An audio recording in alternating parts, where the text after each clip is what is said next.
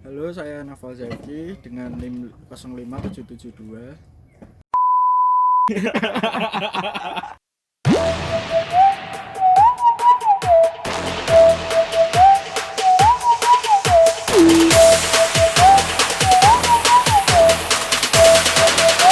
Let's kill this love. Untuk menyelesaikan tugas kuis ujian akhir semester. Di sini saya mengambil materi service design. Tujuan awal dari adanya service design adalah untuk merancang atau mendesain layanan baru atau layanan lama yang diubah, menganalisis dan memastikan layanan baru telah mempertimbangkan kebutuhan akan resource dan kapabilitas dari layanan dan yang dimiliki pengguna dan penyedia layanan. Proses-proses yang tepat untuk mendukung layanan, teknologi arsitektur untuk dengan layanan teknologi arsitektur cocok dengan layanan, supporting system, supporting IT management, dan supporting IT tools. Juga akan disediakan sistem monitoring untuk kerja layanan termasuk measurement system matrix. Kemudian pada intinya tujuan dari service design adalah memastikan layanan baru ya atau yang diubah cocok atau konsisten dengan layanan-layanan lainnya. Contoh, menu baru bakso tidaklah cocok disajikan di McDonald karena tidak cocok, ya begitu. Lalu arsitektur teknologi dan sistem manajemen, contohnya aplikasi Linux tidak cocok dengan sistem Windows, sehingga semua proses infrastruktur dan fungsi manajemen memiliki kemampuan mengoperasikan, mendukung, dan merawat layanan baru. Kemudian selanjutnya memastikan metode monitoring dan pengukuran yang telah ada dapat juga mengukur performa layanan yang berubah.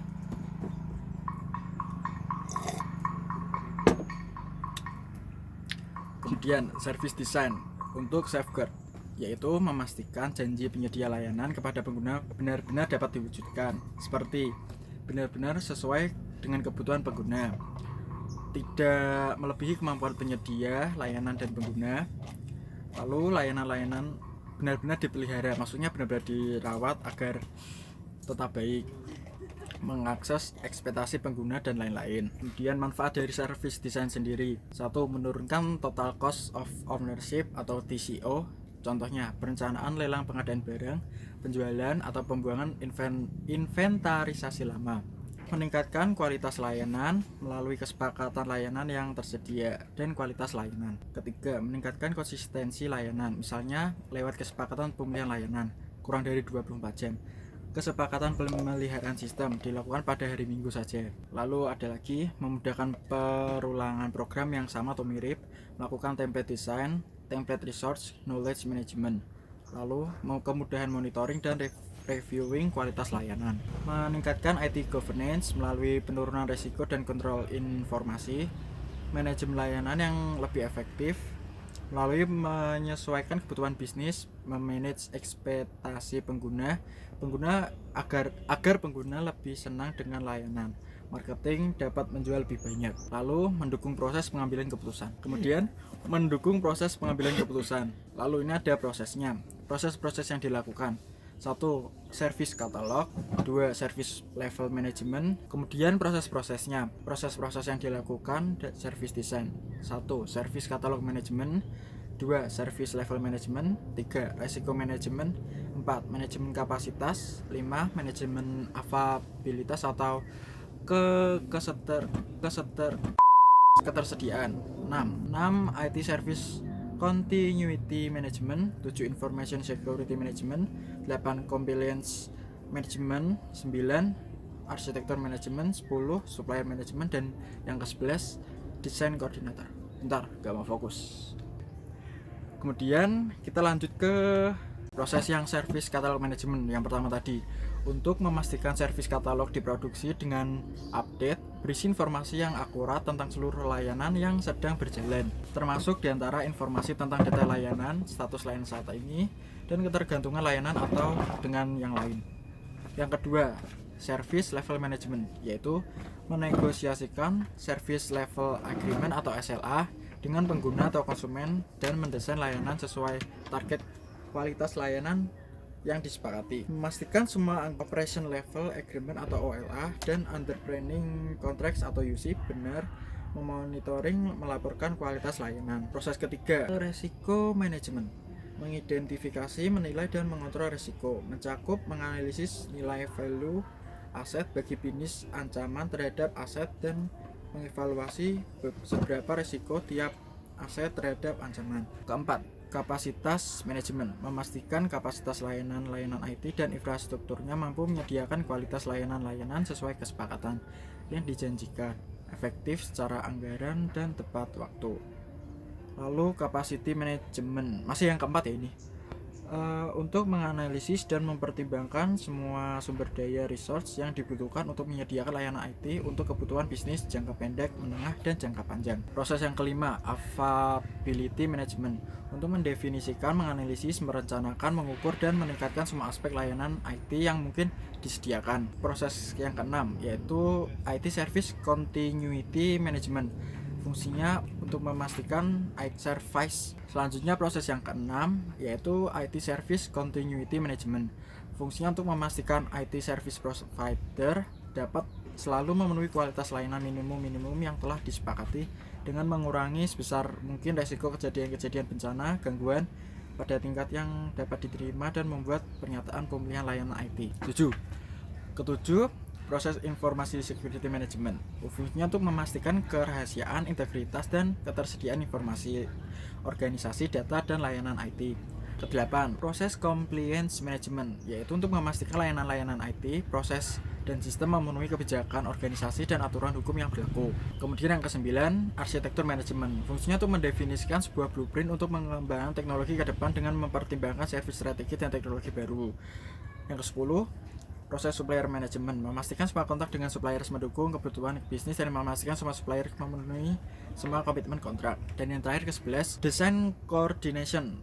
Fungsinya untuk mengkoordinasi semua aktivitas, proses, dan resource. Pada intinya yang ke-11 ini untuk memastikan konsistensi dan efektivitas antara desain layanan dengan service management information system, arsitektur teknologi, proses information, dan matrix. Kemudian untuk selanjutnya ada service design package atau SDP.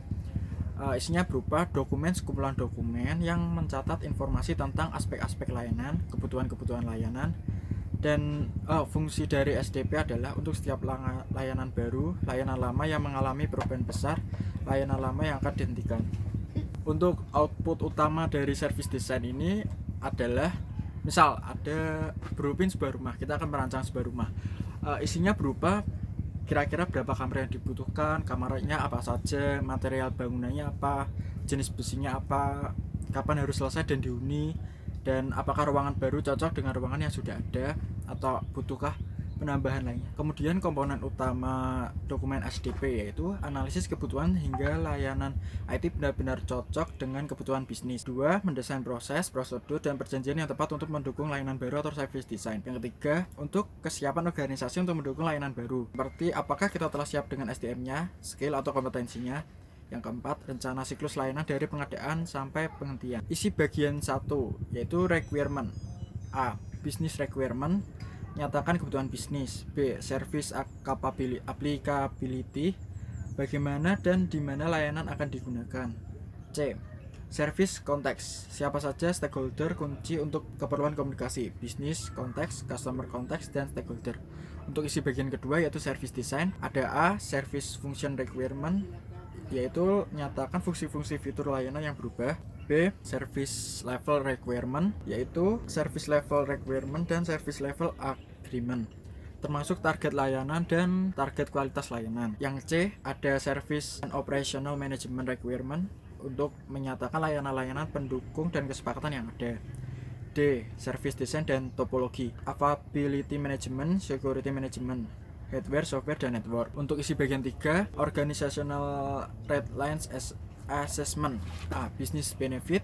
B. Financial assessment. C. Technical assessment. D. Resource assessment. Dan E. Organizational assessment. Laporan ini bertujuan untuk menilai apakah secara kemampuan dan kapasitas organisasi mampu mengadakan layanan tersebut. Lalu yang ke bagian keempat ada service life cycle plan. Yang A. Service program. B. Service transition plan. C. Service operational maintenance plan, D. service acceptance criteria. Kemudian ini ada beberapa referensi pertanyaan yang kemarin diajukan. Bagaimana supporting system itu? Berikan contohnya. Jadi supporting system antara lain berupa IT management dan IT tools. Jadi misalnya suatu lembaga perbankan skala nasional akan mengembangkan sebuah layanan berbasis IT yang terintegrasi, maka harus dipastikan bahwa ada manajemen IT yang dikelola dengan baik, adanya departemen IT dan fungsionalitas sistem informasi dengan SO yang sesuai, dan IT tools yang tersedia dengan baik. Contoh yang kedua, ini ada pertanyaan, contoh arsitektur teknologi yang cocok itu seperti apa? Jadi kalau kalian belajar mata kuliah peminatan berikutnya yaitu Enterprise Architecture, maka akan mempelajari lebih mendalam tentang arsitektur teknologi. Kemudian, di mana arsitektur teknologi mengacu pada tanaman, di mana arsitektur teknologi mengacu pada tatanan pengguna teknologi atau aplikasi yang ada di organisasi. Misalnya, apakah sudah terintegrasi semua sistemnya, atau menggunakan cloud computing, ataukah penggunaan IoT atau Internet of Things, dan sebagainya. Kemudian ada juga pertanyaan ini, apa kunci utama service design? Yaitu proses, people, produk, dan partners. Apakah keempat elemen tersebut merupakan aspek itu mencapai kebutuhan requirement? 4 aspek. Ingat Avatar deh. Water, earth, fire, air. 4 elemen ya. Jadi 4P tersebut, people, proses, produk, dan partner, merupakan 4 komponen yang sangat menentukan kesuksesan dari penyusun service design. Artinya tergantung dari seberapa efektif dan efisien organisasi menganalisis, menyiapkan, merencanakan, dan memanfaatkan 4P tersebut. Sekian dari saya Nova Zaki dengan NIM A12 2017 57772. Terima kasih.